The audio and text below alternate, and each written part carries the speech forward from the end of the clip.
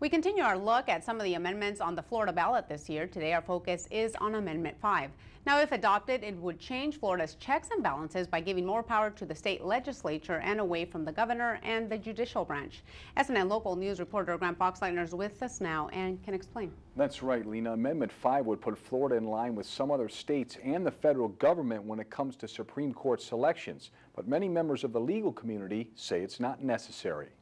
Right now, the governor fills Supreme Court judge vacancies by appointing someone from a list selected by a judicial nominating commission.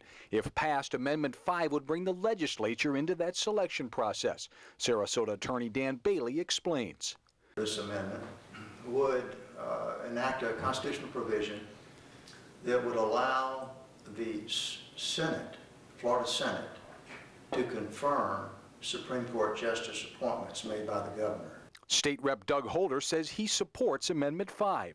It's important because it conforms Florida to the same process pattern that the federal government uses, especially with the U.S. Supreme Court.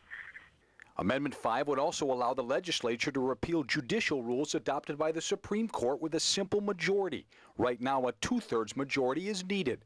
Bailey says 5 would bring too much politics into the state justice system. Whereas we'd like to think of our judges as being very even-handed and justice being blind, and that political doctrines don't work their way into opinions. Holder, though, says the change would even out the balance of power. Generally, they remain in office until they reach their mandatory age, retirement age of 70, or they choose to resign, or they're removed for any particular reason. But what's most important about this is it's an additional check and balance, and I think that that's always important. Bailey offers a different opinion about the balance. In order to maintain this balance between the executive, judicial, and legislative branches, the idea is to give the judiciary a high degree of independence.